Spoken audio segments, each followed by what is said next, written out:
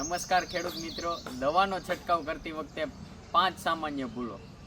ખેડૂત મિત્રો, દવાનો છંટકાવ કર્યા પછી રોગ કે જીવાત કંટ્રોલમાં ન આવે તો કદાચ દવા નહીં પરંતુ છંટકાવ કરવાની તમારી પદ્ધતિમાં કોઈ ભૂલ હોઈ શકે છે.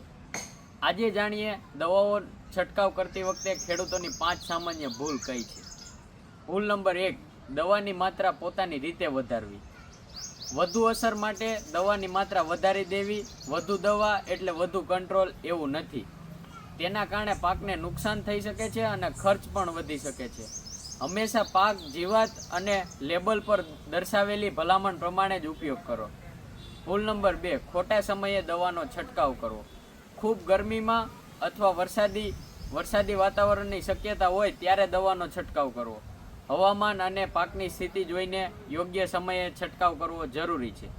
ખાસ કરીને પવન વધારે હોય ત્યારે દવાનો છંટકાવ કરવાથી દવાનો યોગ્ય ડિપોઝિશન થતો નથી.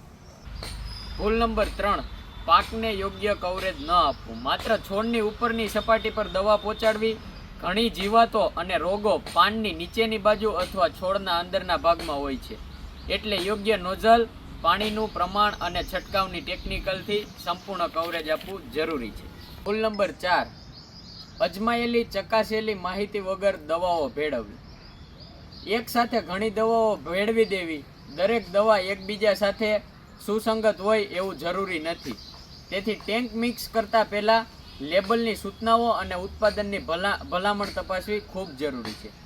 ભૂલ નંબર 5, સેફટી ભૂલી જવી. 5મી અને સૌથી મહત્વની ભૂલ, પોતાની સુરક્ષાને અવગણવી. છંટકાવ વખતે યોગ્ય રક્ષણાત્મક કપડાં, હાથ મોજા અને આંખ ચહેરાની સુરક્ષા રાખવી. દવા હેન્ડલ કરતી વખતે લેબલ પરની સલામત સૂચનાઓનું પાલન કરવું. તો યાદ રાખો, સાચી દવા સાથે સાચી માત્રા, યોગ્ય સમય, યોગ્ય કવરેજ અને યોગ્ય સેફટી પણ એટલી જરૂરી છે.